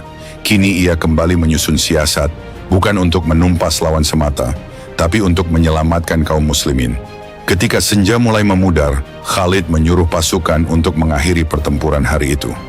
Memang, menurut kesepakatan umum di masa itu, pertempuran tidak dilanjutkan kala malam tiba. Pasukan Romawi pun setuju menghentikan serangan sementara. Masing-masing pihak kembali ke perkemahan, merawat yang luka, dan mengatur strategi esok hari. Di saat malam gulita membalut, Khalid mengumpulkan para sahabat. "Saudara-saudaraku, esok hari kita harus menukar posisi. Yang tadinya di barisan depan, pindahlah ke belakang. Yang di sayap kanan bergerak ke sayap kiri, dan begitulah seterusnya. Setiap orang yang baru tiba di garis depan, berjanjilah untuk mengangkat pedang tinggi-tinggi, menampakkan seolah-olah kita baru saja mendapat bantuan pasukan segar." Kedengarannya sederhana, tetapi di tangan Khalid, rencana ini menjadi senjata psikologis. Sejak pagi buta, usai salat subuh, pasukan muslimin bergerak dengan formasi baru. Wajah-wajah yang semula di belakang kini berada di barisan depan, menantang musuh dengan tatapan penuh percaya diri. Begitu pula sayap kanan dan sayap kiri terus bertukar posisi. Pasukan Romawi yang mengintai di kejauhan merasa cemas. Dari hari ke hari, mereka melihat deretan wajah-wajah baru yang tampak seolah baru datang membantu. Tak sedikit dari mereka yang mulai berpikir, apakah benar kaum muslimin mendatangkan bala bantuan? Bagaimana mungkin jumlah mereka terus terlihat segar setiap kali fajar menyingsing? Meski kekuatan Romawi masih besar, keraguan mulai menggerogoti mental mereka. Mereka ingat betapa sulitnya menembus pertahanan muslimin, meski 3 panglima utamanya telah gugur.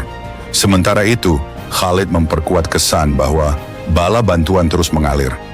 Belum cukup dengan menukar posisi, Khalid memiliki akal lain. Ia tahu, kebiasaan di masa itu adalah menahan diri dari pertempuran di malam hari. Maka, ia berencana memanfaatkan pagi hari sepenuhnya. Khalid menunjuk beberapa kelompok prajurit, menyuruh mereka bergerak ke jarak tertentu dari lokasi pertempuran di saat subuh belum sempurna terang. Gerakan pelepah-pelepah pohon kurma atau apapun yang bisa menimbulkan debu ketika ditarik. Lakukanlah itu sambil berjalan berbaris, agar dari kejauhan tampak seperti pasukan besar sedang mendekat, perintah Khalid. Benar saja, ketika matahari mulai naik, pasukan Romawi yang sedang bersiaga melihat kepulan debu membubung di Cakrawala. Debu itu bergerak mendekat perlahan, seolah mengiringi ratusan atau ribuan kuda yang menuju medan perang. Kekhawatiran menggelayut di benak komandan Romawi. Sepertinya kaum muslimin benar-benar mendapat bala bantuan, pikir mereka. Kebanyakan prajurit Romawi mulai ketar-ketir. Jika kemarin saja saat pasukan muslimin berjumlah hanya 3.000, mereka masih kesulitan menembus pertahanan, apalagi sekarang dengan tambahan pasukan yang tampaknya tak sedikit. Pada malam kelima atau keenam, serangan mental Khalid terasa kian berhasil. Pasukan Romawi mulai jenuh. Mereka kehilangan keyakinan bahwa jumlah besar mereka akan memudahkan kemenangan. Isu miring merebak. Kaum muslimin ini seperti tiada habisnya. Mungkin mereka dibantu oleh kekuatan gaib. Haruskah kita terus bertahan? Bagaimana jika kita mundur sebelum kerugian kian besar? Kabar kehilangan banyak personel puluhan, bahkan ribuan prajurit juga mulai terdengar di tenda Romawi.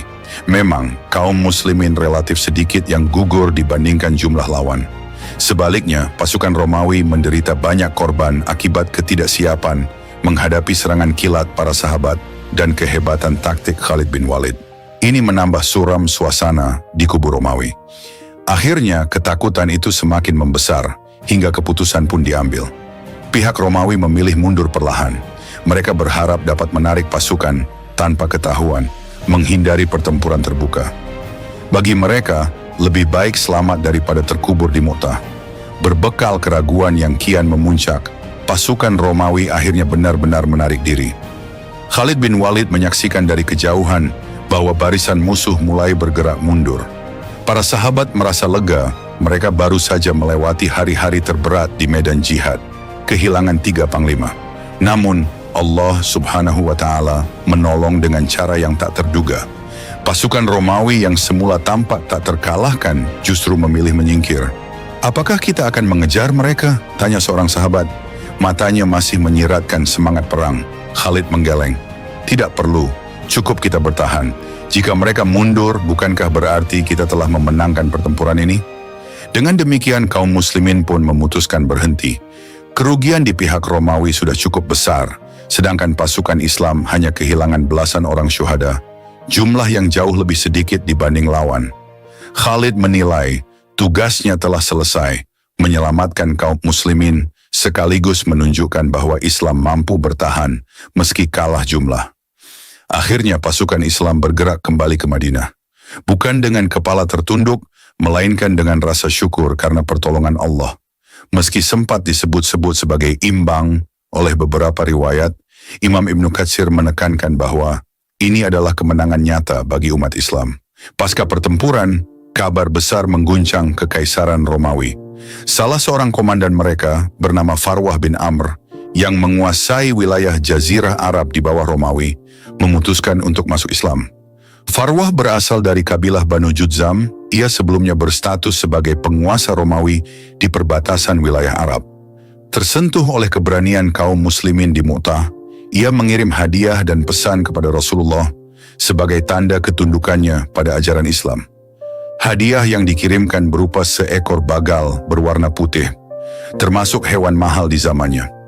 Farwah memandang ini sebagai persembahan hormatnya kepada Nabi. Namun keputusan Farwah berbuntut petaka bagi dirinya. Begitu pihak Romawi mengetahui keislamannya, mereka segera menangkap dan memenjarakannya. Dia lalu disalib di mata air Afra di Palestina. Di sana, eksekusi dijalankan dengan memenggal kepalanya. Farwah pun wafat sebagai syuhada, mempertahankan iman yang baru saja ia peluk. Demi Allah, ujar seorang sahabat yang mendengar kabar itu, kematian Farwah bin Amr adalah kehilangan besar, tetapi ia telah memilih jalan kebenaran. Semoga Allah merahmatinya. Di kalangan sejarawan Muslim, terdapat perbedaan penilaian tentang bagaimana menyebut akhir dari Perang Mu'tah. Ibnu Ishaq dan Ibnu Hisham menyebutkan bahwa pertempuran ini berakhir imbang, karena kedua belah pihak akhirnya mundur. Pihak Romawi mundur terlebih dahulu, lalu kaum muslimin pun kembali ke Madinah. Sementara itu Ibnu Katsir menegaskan bahwa ini adalah kemenangan gemilang bagi kaum muslimin, disebut gemilang karena jumlah korban di pihak muslim hanya sekitar 8, 12 atau 13 orang tergantung riwayat, sedangkan korban Romawi mencapai ribuan, bahkan ada catatan 20.000 orang. Ibnu Katsir menegaskan pula bahwa logika kuantitas sulit menjelaskan hasil luar biasa ini. Pasukan 3.000 orang mampu menghadapi 200.000 lawan, menimbulkan kerugian besar di pihak musuh, sedangkan korban kaum muslimin tergolong sangat sedikit. Ini sungguh menakjubkan, tulis Ibnu Katsir dalam karyanya Al-Bidayah wan Nihayah.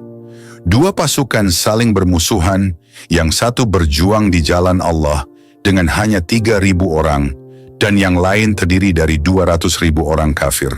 Hanya 12 orang muslimin yang tewas syahid, sementara di pihak musuh jumlah yang gugur amat banyak. Dalam kacamata iman, tidaklah mengherankan. Sebab Allah telah berfirman dalam Al-Quran surah Al-Baqarah ayat 249. Berapa banyak terjadi golongan yang sedikit dapat mengalahkan golongan yang banyak dengan izin Allah. Dan Allah beserta orang-orang yang sabar.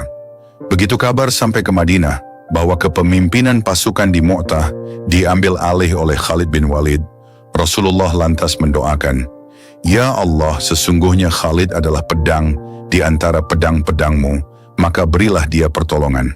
Mulai saat itu Khalid dikenal sebagai Saifullah, yang artinya pedang Allah. Gelar ini bukanlah sebatas julukan indah, melainkan pengakuan bahwa Khalid bin Walid menjadi perpanjangan tangan kekuatan ilahi di medan perang. Dalam Perang Mu'tah, ia telah menoreh bukti gemilang, strategi cerdik yang melampaui kekuatan fisik belaka, dan keberanian yang tiada tanding. Khalid sendiri, dalam riwayat yang disebutkan oleh Imam Bukhari, pernah bersaksi, "Dalam Perang Mu'tah, 9 bilah pedang patah di tanganku. Tak ada yang tersisa kecuali sebilah pedang kecil dari Yaman." Betapa sengitnya pertempuran tersebut, hingga Khalid harus mengganti pedangnya berulang kali. Ini menegaskan bahwa para sahabat benar-benar bertempur keras. Namun, meski kalah jumlah dan senjata, mereka mampu bertahan dan bahkan membuat musuh gentar. Luar biasa. Di balik catatan heroik kemenangan ini, kaum muslimin tak boleh lupa bahwa peristiwa Mu'tah juga diliputi duka mendalam. Gugurnya 3 panglima utama, yakni Zaid bin Haritsah, Ja'far bin Abu Thalib, dan Abdullah bin Rawaha. Darah mereka membasahi bumi Mu'tah, menjadi saksi keteguhan iman dan kesetiaan pada Islam. Namun pengorbanan besar itu tidak sia-sia. Justru dengan syahidnya mereka, Allah menampakkan keajaibannya. Pasukan raksasa Romawi bisa terpukul mundur oleh pasukan Muslim yang minim. Sepulangnya pasukan ke Madinah, para sahabat menitikan air mata karena kehilangan orang-orang tercinta. Akan tetapi mereka juga mengucap syukur atas pertolongan Allah yang nyata. Khalid bin Walid datang membawa sisa pasukan dengan selamat, membawa kabar bahwa Islam telah menoreh reputasi besar di hadapan Bizantium. Meskipun secara politik, Bizantium masih menjadi kekuatan besar di utara Jazirah, mereka menyadari bahwa komunitas muslimin di Madinah bukan entitas lemah yang bisa diremehkan.